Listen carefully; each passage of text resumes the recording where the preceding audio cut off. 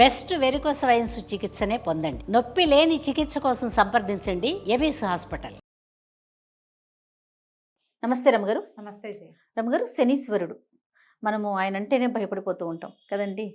ప్రత్యేక దర్శనాలు మాత్రమే చేసుకుంటాము, ఆలయాలు కూడా చాలా తక్కువ ఉంటాయి. అవును. ఈయనకు సంబంధించి అసలు కథ ఏమన్నా ఉందా? ఎందుకు ఈయన భయపెట్టేస్తున్నాడు జనాన్ని? ఆయనకి సంబంధించి సరదా కథ ఒకటి ఉంది చెప్తా. అంతేనా? ఓకే. శనీశ్వరుడు అంటే ఆయన అన్ని గ్రహాలు లాంటి వాడే జయ. మనం ఎక్కువగా ఊహించుకుంటున్నామా? కాదు, చెప్తా. శనీశ్వరుడు అంటే ఈశ్వరుడు అంటాం. ఈశ్వరుడు కాదు, శనైశ్వరుడు. ఆహా. మెల్లిగా నడుస్తాడు. మనకి అందరూ వెళ్ళిపోతారు. నవగ్రహాలు మన వీటిలలో ఉంటాయి. మన జాతక చక్రంలో మన దశల్లో 9 మందికి ఉంటాయి. అన్నీ ప్రధానికి టైం ఉంటుంది. ఈయన స్లోగా వెళ్తాడు, దశ నడవదు. ఉమ్. పైగా ఈ శనిలో అర్ధాష్టమ శని అని, అష్టమ శని అని, ఏలినాటి శని అని, ఏవో బోల్డ్ పేర్లు. అవునవునవును. ఈ దశలో ఏంటంటే పని అవ్వదు, ఏది నజ్జుగా ఉంటుంది. బద్ధకంగా ఉంటారు మనుషులు, లెథర్జికల్గా ఉంటారు. వీళ్ళకి పనిచేసే వాళ్ళకి బద్ధకమే వస్తుంది. వీళ్ళకి ఏది అవ్వదు, పని అవ్వదు, చదువు అవ్వదు, పెళ్ళి అవ్వదు, అన్ని స్లోనే. స్లో. అట్లా కష్టం అన్నమాట. వ్యాపారాలు నడవకుండా ఉంటాయి, విద్యాభ్యాసం నడవకుండా ఉంటుంది, స్లోగా నడుస్తుంది. పోతూ పోతూ శని మంచి చేసి పోతాడు, అలాంటివి కూడా చెప్తారు పెద్దవాళ్ళు. శని దశ ముగిసేటప్పుడు మంచి చేసేది. చాలా విసిగించేస్తాడు, కానీ చివరికి వెళ్ళాక మంచి మంచి చేసి వెళ్తాడు. ఏవేవేవో చెప్పుకుంటారు. అయితే జ్యోతిష పండితులు తమ తమ దశా విశేషాలను చూసుకుంటారు కదా, దానికి తగినవేవో ఏ ప్రతిక్రియ చేసుకున్నా పోగొట్టుకోలేరు, తగ్గించుకోగలుగుతాం. ఎలా మనం కర్మ చెప్పుకుంటామా? అవునవును. కర్మల్ని పోగొట్టుకోలేము. కర్మవశాత్తు జరగాల్సినవి జరుగుతాయి, మెడ దిగిపోకుండా వేలు దిగుతుంది. అంతే. దానికి ఏం చేస్తాము? పుణ్యకార్యాలు, ఓ పూజా విధానము, ఒక క్షేత్ర దర్శనము, ఓ దానము. ప్రతి శనివారం గుళ్ళోకి వెళ్ళిపోవటం, శనివారం ఉపవాసం ఉంటాం.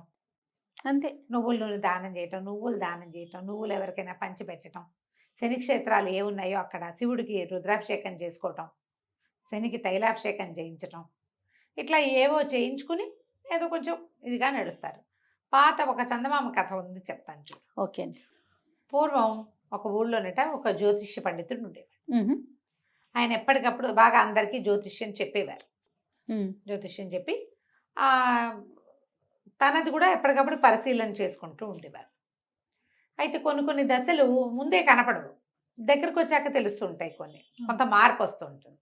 సరే, ఈయన ఒకసారి ప్రశ్న వేసుకుని చూసుకుని, నాకు తనకి ఏలినాటి శని రాబోతోందని 7 సంవత్సరాల శని తెలుసుకున్నాడు. శనిని ఎలాగైనా మేనేజ్ చేయాలనుకుని ఆయన ఇల్లు వాకిలి పెళ్ళాం పిల్లలకి అప్పచెప్పి ఎక్కడికో పోయి తపస్సు చేయటం మొదలుపెట్టాడు శనీశ్వరుడు కోసం. బోల్డ్ రోజులు తపస్సు చేశాక శనీశ్వరుడు ప్రత్యక్షమయ్యాడు. ఏమిటయ్యా భలేవాడివి, నా కోసం ఎవరు తపస్సు చేయరు, నువ్వేమిటో నా కోసం తపస్సు చేసావు, భలే వింతగా ఉంది, ఏమిటో చెప్పు నీ సంగతి అన్నాడు. మన జ్యోతిష్యుడు అన్నాడు, పండితుడు, అయ్యా నాకు ఏలినాటి శని ఉందండి, 7 సంవత్సరాలు తమరు పడతారు నన్ను, మరి మేము ఎందుకు తపస్సు చేశానంటే నా సమయం తగ్గించండి, నన్ను వదిలేయండి అన్నాడు. నన్ను వదిలేయండి అన్నాడు. శని అన్నాడు, అట్లా ఎట్లా కుదురుతుంది, నువ్వు తపస్సు కాదు తలకిందులుగా తపస్సు చేసినా సరే కుదరదు. సరే, నువ్వు ఇంత తపస్సు చేసావు, అసలు ఎవ్వరూ నా కోసం తపస్సులు చేయరు, నువ్వు ఒక్కడవే చేసావు, నిన్ను ఆదర్శంగా తీసుకుని చాలామంది చేస్తారు, తగ్గిస్తా, ఒక ఏడాది పాటు నిన్ను పట్టుకుంటాను నేను. తగ్గించడం అంటే 6 ఏళ్ళు తగ్గించేశాడు. తగ్గించి ఏడాది చేస్తాను అన్నాడు. సరే, ఈయనకి ఇంటికి వెళ్ళిపోమని శని గారు మాయమైపోయాడు. ఇంటికి వచ్చాడు కానీ భయం వేస్తుంది. మళ్ళీ వెళ్ళాడు తపస్సుకి, మళ్ళీ తపస్సు చేశాడు. మళ్ళా శని గారు ప్రత్యక్షం అయ్యారు. నన్ను వదిలే మహానుభావ అని 10 విధాలా అడిగాడు జ్యోతిష పండితుడు. ఆయనేమన్నాడు, నీ జ్యోతిషం చాలా అద్భుతంగా ఉంది, చాలా బాగుంది, మంచి బాగా కనిపెట్టావు, నువ్వు బాగానే ఉంది, కానీ పట్టకుండా వదిలిపెట్టడం అనేది కుదరదు.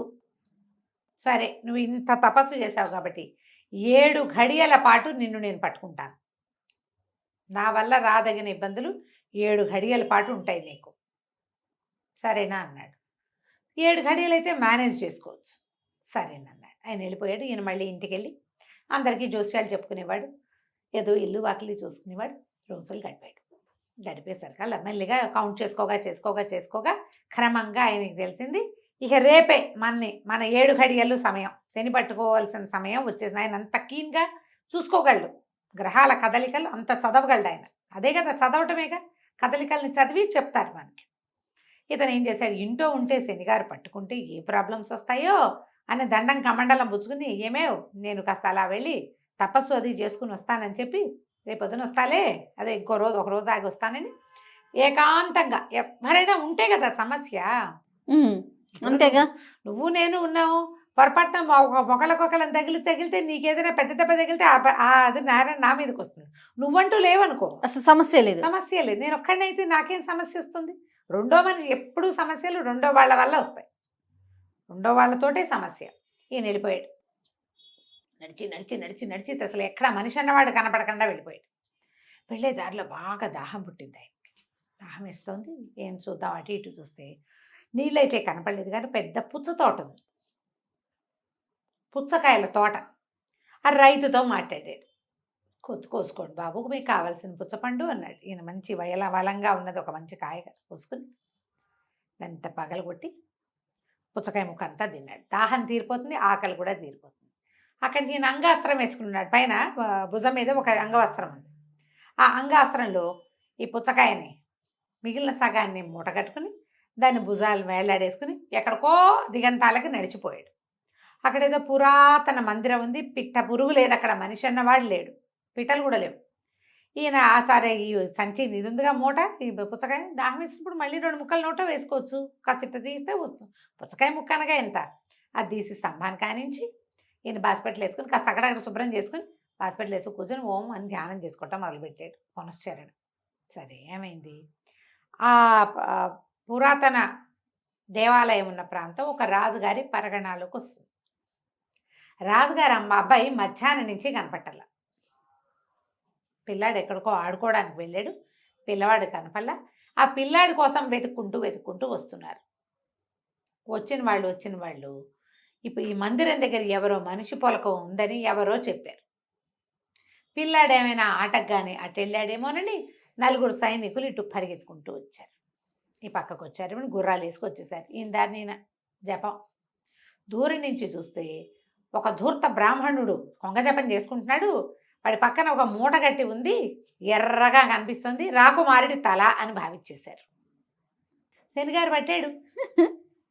ఈ పుచ్చకాయ సగం విరిగిన ముక్క తల్లాగా అనిపించింది. ఇప్పుడు పుచ్చకాయ ముక్కని తెల్లటి బట్టలో మూట కట్టి పెడితే కాసేపటికి అదంతా ఎర్రగా వచ్చేసి, అక్కడి నుంచి ఇంకేముంది, ఏంటో ఎర్రగా కనిపిస్తుంది, తలకాయలాగా కనపడుతుందని ఆగ మేఘాల మీద దూకేశారు. ఇక్కడికి వాళ్ళు వచ్చినా ఈయన తపస్సుకు లేవాలి. ఈ కాలంలో ఎవడు ఇంత తపస్సు చేసుకునేవాడు? ఆయన ఎవరు రారన్న నమ్మకంతో తపస్సమాధిలో మునిగి నిద్రపోతున్నాడు. అక్కడి నుంచి వీళ్ళ మూట ఉడదీసి చూస్తే అది తలకాయలాగానే కనపడింది వాళ్ళకి. ఈయన కర్మానికి, ఈయన పట్టిన శని వల్ల అట్లా కనిపించింది.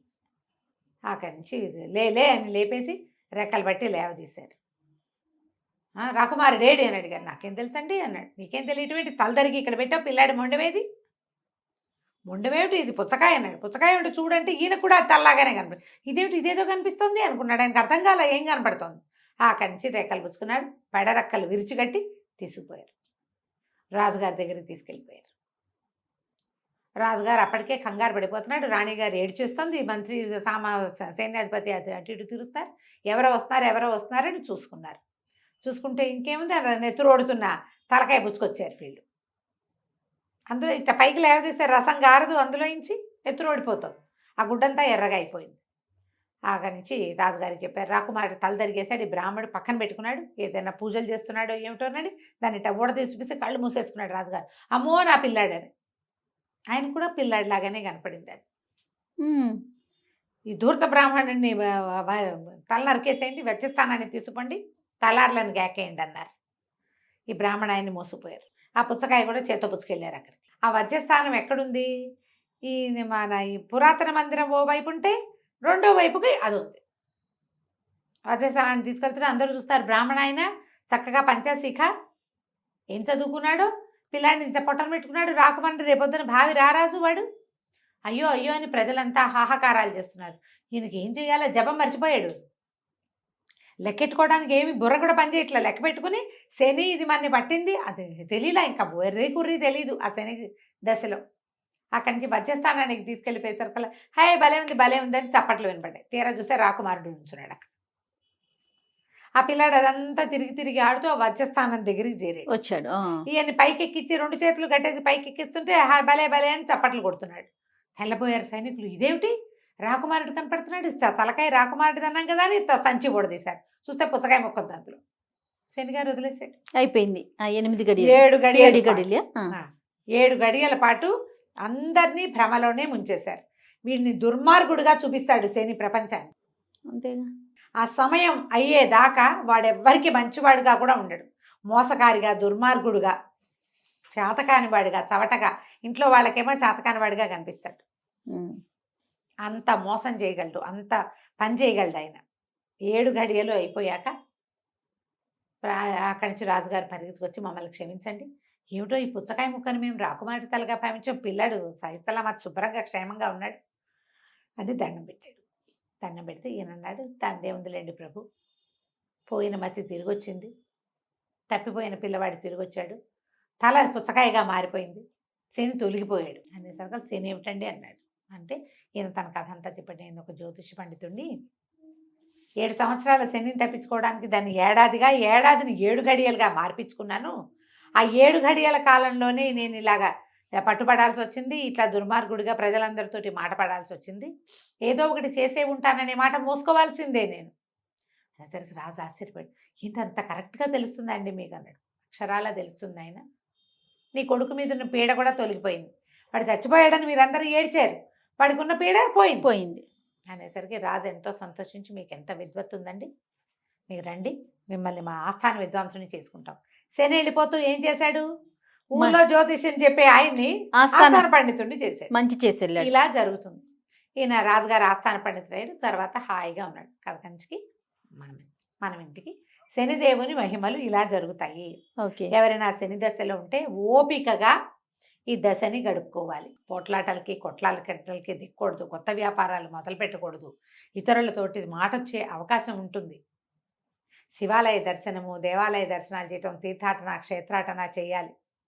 క్షేత్ర దర్శనం, తీర్థాటనలు చేయాలి. నదీ స్నానాలు, సముద్ర స్నానాలు, వాటి వల్ల శని దశలో ఉన్న బాధలు కొంచెం తగ్గుతాయంటారు. వెళ్తూ ఆయన ఎలాగో మంచిగా చేస్తాడు. అంతే. కథకంచికి మనం ఇంటికి. నమస్తే రమ్మగారు. నమస్తే జయ.